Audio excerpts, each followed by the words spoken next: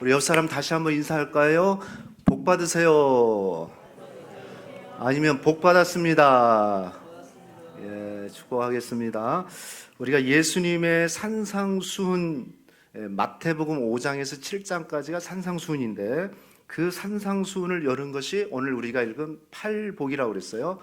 8번의 말씀을 오늘 두 번째니까 앞으로 6번 전하는 동안에 우리 동명교회 성도님들은 팔복이 마음에 새겨지기를 축복합니다. 그래서 다 암송하는 그런 은혜가 있기를 축복합니다.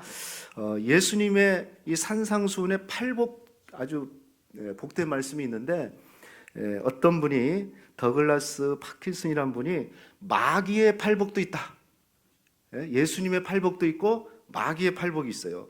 근데 재밌어요. 마귀의 팔복 한번 보실까요? 마귀의 팔복. 제가 첫째 그러면 여러분이 한번 읽어보세요. 첫째, 피곤하고 바쁘다는 핑계로 교회에 나가지 않는 자는 복이 있나니 그들은 나의 가장 믿을 만한 일꾼이 될 것이며. 여기서 나는 누구예요?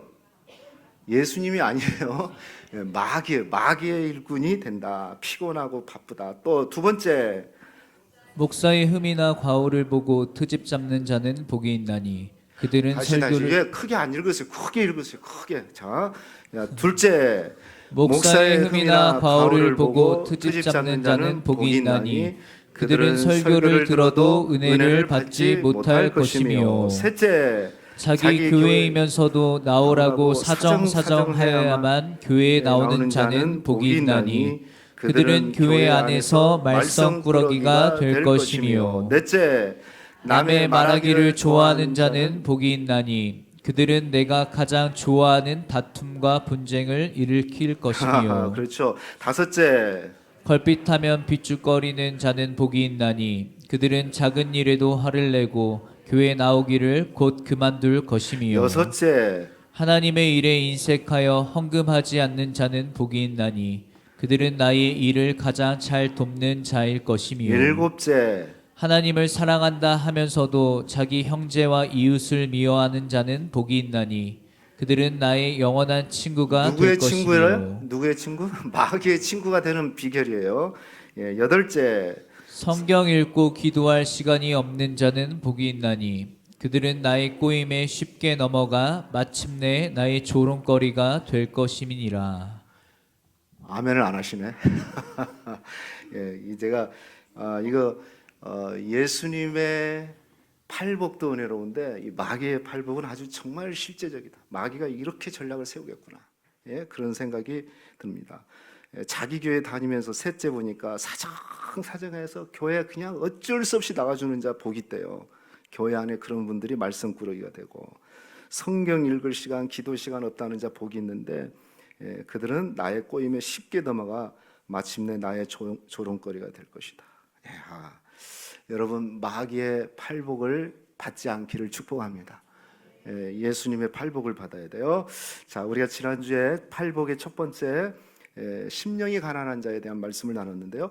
혹시 팔복 그러니까 8가지 복이 있구나, 8종류의 복이 있구나, 이렇게 생각하시는 분이 있을지 모르겠어요. 그런데 실제로 이 팔복은 8가지 복이 아니고 이것은 한 사람의 성품과 인격 안에 만들어지는, 그러니까 존재하는 일관적인, 그러니까 서로 연속성이 있고 서로 일관된, 어떤 의미에서는 따로따로의 복이 아니라 일관성 있는 논리적 순서의 복이에요. 그러니까 어떤 사람은 심령이 가난한 자 복을 받았고, 어떤 사람은 애통한 자 복을 받았고, 뭐 의에 줄이는 자 복을 받았고, 뭐 이런 게 아니고 이 팔복은 전체가 사실은 한 덩어리예요. 한 덩어리로 한 인격체의 일관적이고 논리적으로 이렇게 세워지는 우리의 마음의 순서라고 얘기할 수가 있는 겁니다. 그래서 지난주에 우리가 심령이 가난한 자, 가난하다, 이 말은 심령이 가난하다는 것은 영적인 가난한 자, 자신의 비참한 마음의 상태를 통해서 좌절하고, 그래서 하나님만을 갈망할 수밖에 없는, 하나님을 의지할 수밖에 없는 존재라고 그랬어요. 자, 그런 자들이, 그런 심령이 가난한 자가 어떤 마음을 가져야 되겠습니까? 애통의 심령을 가질 수밖에 없는 거죠. 그러니까 이것은 서로 다른 복이 아니라 논리적인 그 순서에 의해서 함께 주어지는 그런 복이라는 것을 우리가 먼저 이해를 해야 되겠습니다. 자, 오늘은 두 번째 4절 말씀, 애통하는 자의 복입니다. 우리 한번 읽어볼까요? 시작. 애통하는 자는 복이 있나니 그들이 위로를 받을 것이며. 우리 방송실이 좀 빨리빨리 움직여 주세요. 자, 애통하는 자는 뭐가 있다? 복이 있다. 그들이 위로를 받는다. 복, 이렇게 얘기할 수 있어요. 복되도다 애통하는 자여, 너희는 위로를 받을 것이다. 하나님의 위로를 받을 것이다. 그래서 원래는 마카리오스, 복되도다, 이게 먼저 선언됐다고 그랬어요.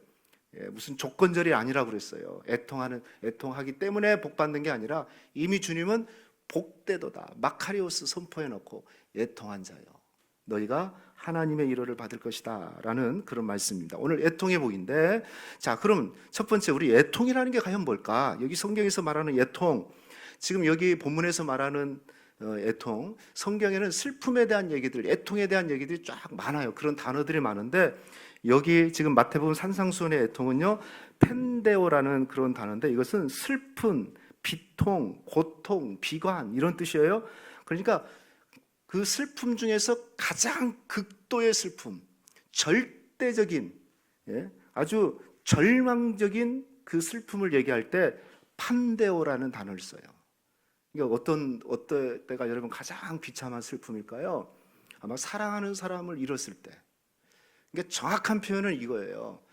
제가 목회자이기 때문에 장례를 이렇게 치러보면, 그래도 연세 드셔서 여기 어르신들 죄송한데요, 부모님들이 돌아가시면 그래도 어떤 면에서는 견딜만 해요. 이제 사실 만큼 사시고 주님 앞에 부름 받았기 때문에 그렇구나, 또 그럴 수 있어요.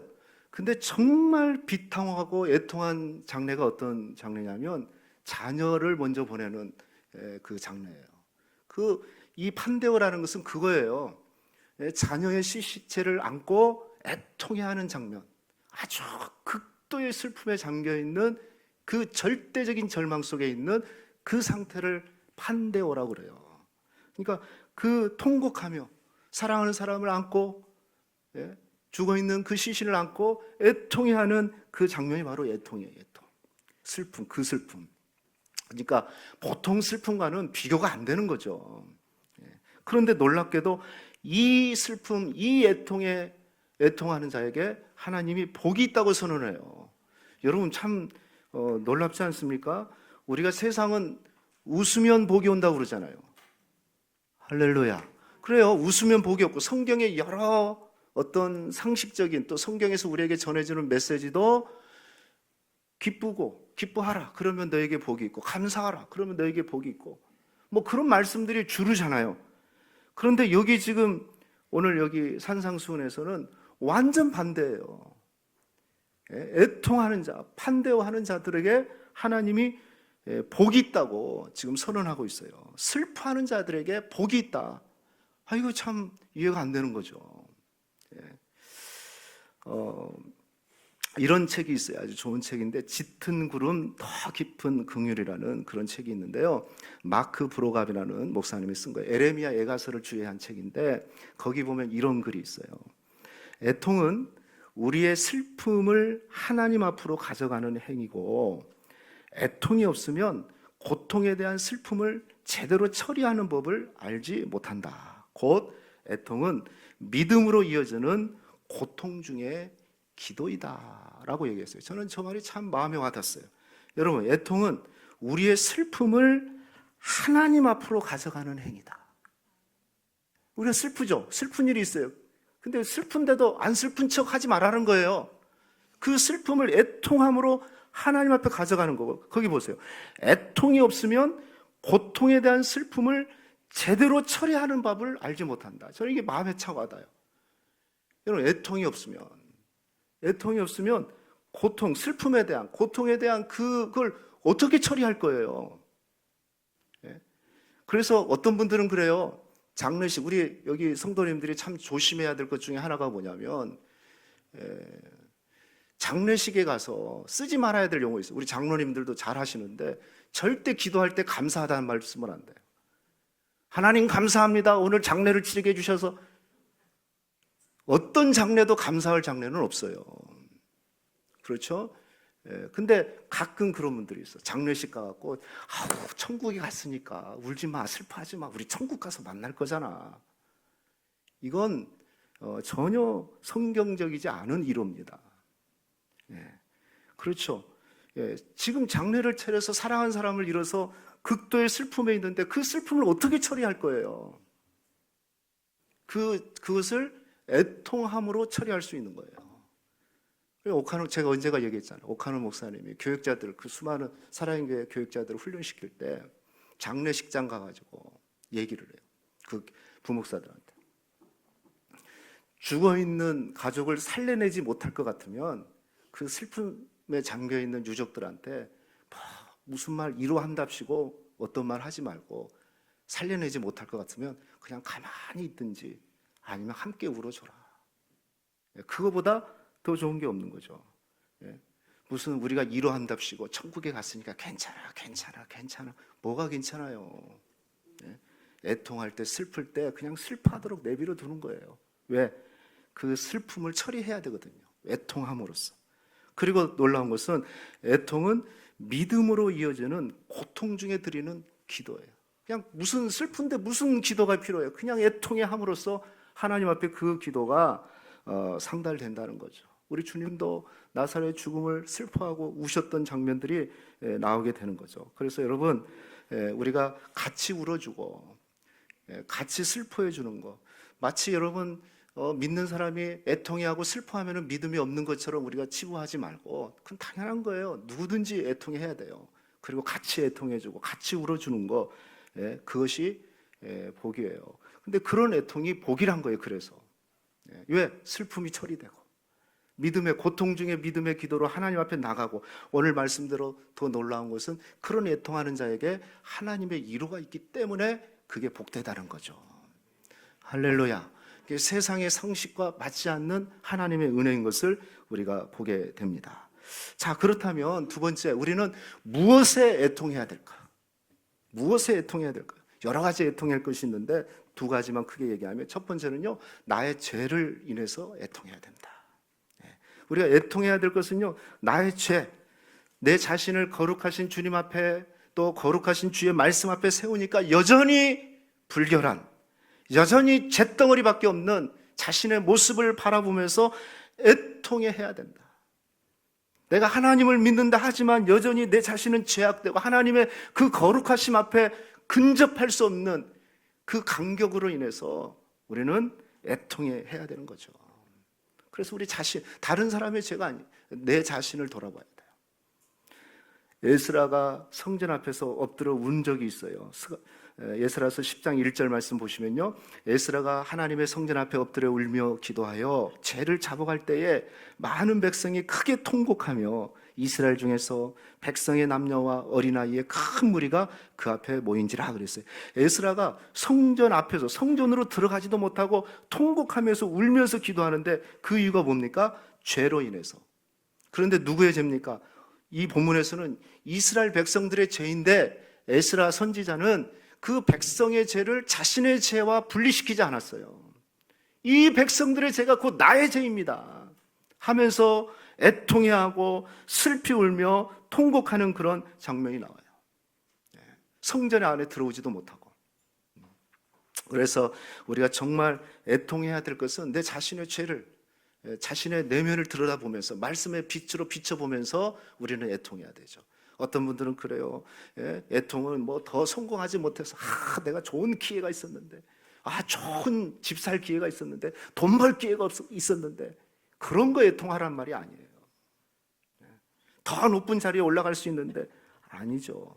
내 자신을 진지하게 바라보면서 여전히 남은 잿덩어리로 인해서 하나님 거룩한 주님 앞에 서기에 부끄러운 그런 존재.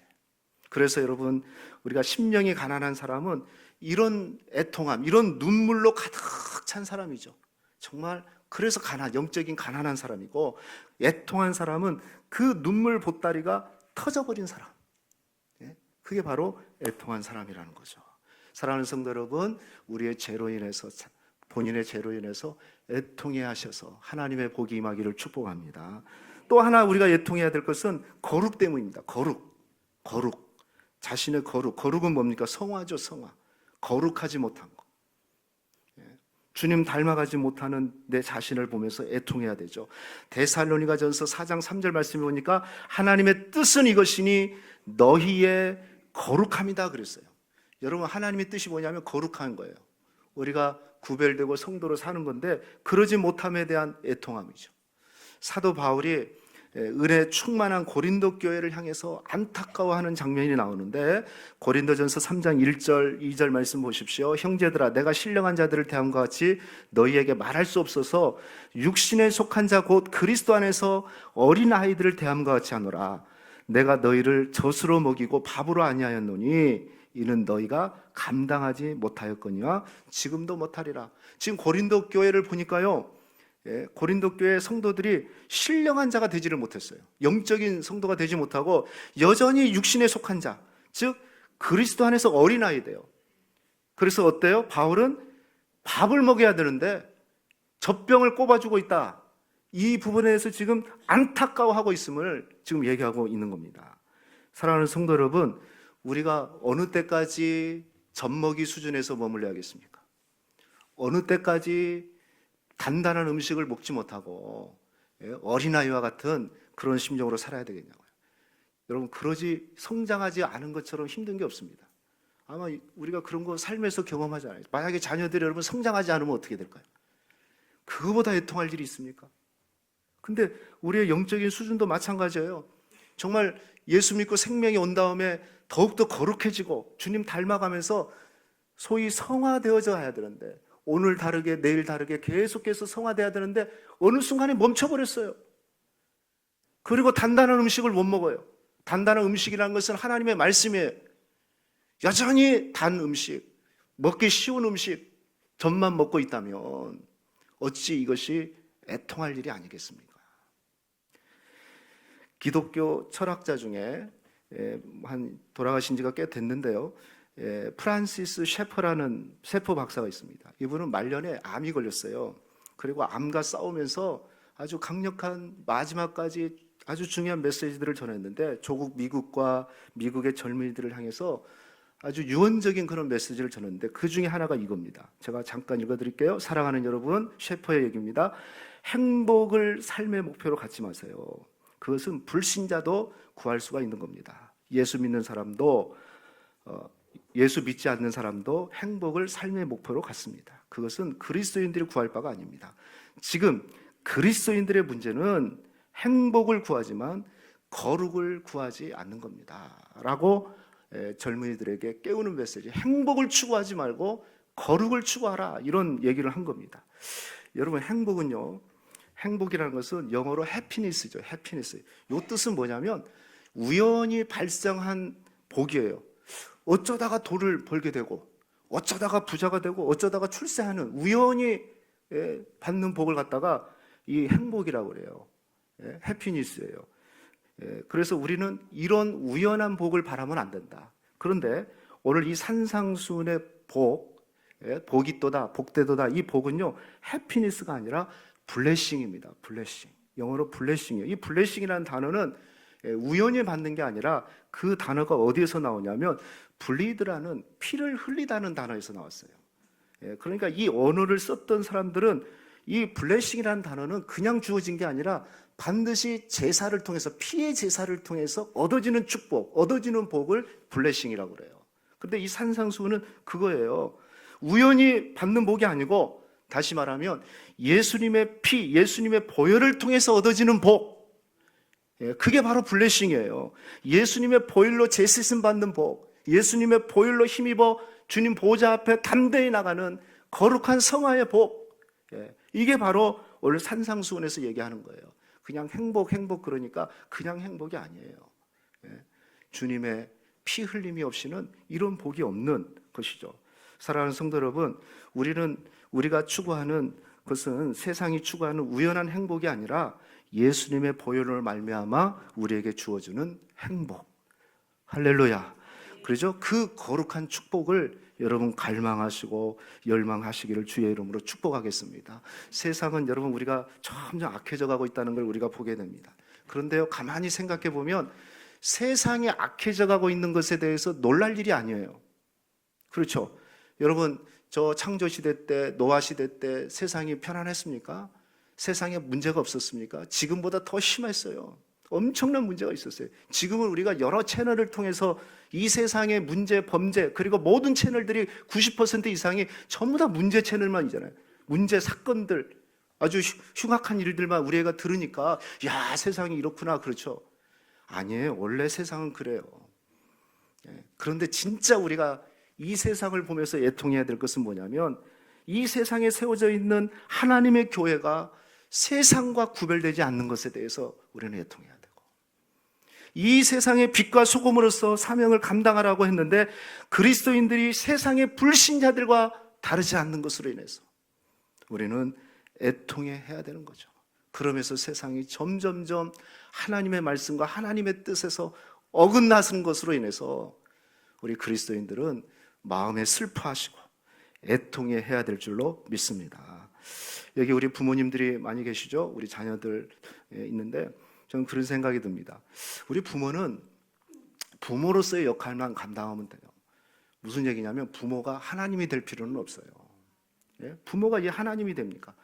하나님이 돼가지고 모든 걸 부모가 다 해주려고 그래요. 내가 너의 하나님이다. 너 하고 싶은 거 다 해라. 없어. 내가 다 할게. 다 하려고 그러는. 제가 볼 땐 부모는 부모, 양육하는 데 힘쓰면 돼요. 근데 어떤 면에서 양육이라는 이름으로 하나님의 자리에 올라가가지고 내 자녀야 하면서 그냥 모든 것을 다 문제 있으면 내가 해결해 줄게. 그래서 문제가 뭔지 아세요? 자녀들이 애통의 시련을 안 갖는 거예요. 시련이 왔을 때, 문제가 왔을 때 그것을 돌파해가고 그 문제로 인해서 슬퍼하고 애통해하고 또 고민하고 그러면서 하나님 앞에 매달리고, 아까 애통은 고통의 기도, 하나님께 나가는 고통의 기도라고 그랬잖아요. 고통의 기도 시간을 부모님들이 다 제거시켜줘요. 그러니까 나중에 진짜 문제가 생길 때 아무것도 할 수가 없는 거예요. 부모가 영원한 건 아니잖아요. 그래서 부모는 부모로서의 역할만 하면 되는 거예요. 그래서 자녀들이 애통하는 시간을 애통하게끔 내버려 두고 고민하는 시간을 고민하게끔 하고, 그래서 점점점 성숙하고 익어져가는, 거룩해지는, 주님께 더 매달려가는 그런 자녀들로 만들어 가야죠. 근데 내가 너 하나님 될게, 너는 공부만 해, 내가 하라는 대만 해. 그래서 문제를 다 제거해줘요.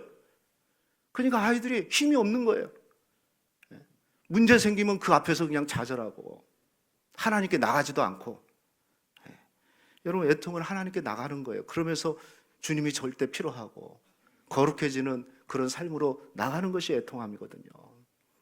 사랑하는 성도 여러분, 정말 하나님의 거룩함으로 나가시는 그런 축복이 있기를 축원합니다. 그래서 나의 죄와 그리고 정말 거룩하지 못한 것으로 인한 우리의 애통함이 있기를 주의 이름으로 축원하겠습니다. 그러면 세 번째, 이런 애통하는 자에게 하나님이 주신 약속이 뭡니까? 그 복이 뭐예요? 오늘 말씀 그대로죠. 애통하는 자는 복이 있다. 어떤 축복이라고 그랬어요? 그들이 위로를 받을 것이다. 그냥 위로가 아니라 하늘 위로를 받는 거죠. 여기 위로라는 단어는요, 원어로 보니까 파라칼레오라는 단어예요. 여러분 파라 잘 알죠? 파라라는 것은 옆에. 이 칼레오라는 단어는요, 부르다라는 뜻이에요. 부르다. 애통하는 자에게 복이 있는데 그 복이 뭐냐면 하나님께서 자기 옆으로 부른다는 거예요. 여러분, 위로가 뭡니까? 위로는요, 하나님이 애통하는 자를 가만히 두지 않고 자기 곁으로 불러서 따뜻거려주고 안아주고, 그리고 놀라운 것은 우는 자와 애통하는 자와 함께 애통하고 함께 울어주시는 하나님이시라는 거죠. 왜 위로가 이렇게 회복이 되냐면 하나님이 자기 곁으로 불러줘요. 너의 슬픔을 내가 안다 하면서 하나님이 불러주시는 거예요. 그런데 이 불러주심에 특별히 우리 삼위일체 하나님 중에 누가 주로 감당하시냐면 성령께서 감당하죠. 그래서 보혜사 성령은 파라크레토스, 내 옆에서 변호해 주시고 상담해 주시고 위로해 주신 분이란 분이 바로 파라크레토스 보혜사라는 거죠. 이사야 61장 1절 말씀 보십시오. 주 여호와의 영이 내게 내리셨으니 이는 여호와께서 내게 기름을 부으사 쭉 얘기하면서 2절 모든 슬픈 자를 뭐하되 위로하되 무릇 시온에서 슬퍼하는 자에게 화관을 주어 그 죄를 대신하여 기쁨으로 기름을 부으시고 그 슬픔을 대신하여 찬송으로 그 근심을 대신하여 그들의 의의 나무 곧 여호와께서 심으신 그 영광을 나타낼 자라 일컬음을 받게 할 것이다. 주의 성령이 임하셔서 파라크레토스 되시는 보혜사 성령이 임하셔서 슬퍼하는 자들을 위로해 줍니다. 찬송의 옷으로 바꿔주십니다. 그래서 진짜 애통은 하나님께서 그를 가까이 부르셔서 성령께서 안아주시고 그 슬픔을 함께 나누면서 회복시켜 주신다는 거죠. 사도 바울처럼 믿음이 뛰어난 사람도 두려울 때가 있었어요. 어느 정도 두려웠냐면 내가 살 소망이 끊어졌다. 여러분 그런 적 있습니까? 내가 살 소망이 없다. 바울도 그런 적이 있어요. 그런데 그를 다시 살리는 게 뭐였냐? 하나님의 위로였어요. 고린도후서 1장 3절에서 5절 우리 같이 한번 읽읍시다. 시작. 찬송하리로다. 우리 주 예수 그리스도의 하나님이시요 자비의 아버지시요 모든 위로의 하나님이시며 우리의 모든 환난 중에서 우리를 위로하사 우리로 하여금 하나님께 받은 위로로서 모든 환난 중에 있는 자들을 능히 위로하시는 시로다. 그리스도의 고난이 우리에게 넘친 것 같이 우리가 받은 위로도 그리스도로 말미암아 넘치리로다. 살 소망이 끊어져서 두려움에 떨고 있었던 고린도전서 2장 3절, 고린도후서 1장 8절 말씀에 보면 그런 말씀이 있어요. 내가 살 소망에 떨어져서 부들부들 떨리는 거예요. 어떻게 살아야 되지? 그런데 바울이 다시 일어나서 그 사명을 감당할 수 있었던 것은 오늘 이 말씀이에요. 찬송하리로다. 하나님의 위로를 찬송합니다. 어떤 고난보다도 더 큰 그리스도를 통해서 주시는 그 위로가 두려움에 잡혀 있었던 바울을 다시 회복시켜 주시는 겁니다. 사랑하는 성도 여러분, 혹시 정말 세상살이가 너무 힘들다, 삶이 너무 팍팍하다, 누구에게는 말하지 못한 그런 아마 답답한 가운데 있으신 분들이 있어요. 분명히 있을 겁니다. 뭐 저도 그런 경험이 많습니다. 그래서 때로는 정말 부들부들 떨려서 앞으로 아무것도 할 수 없는 어찌할 바 모를 때가 있어요.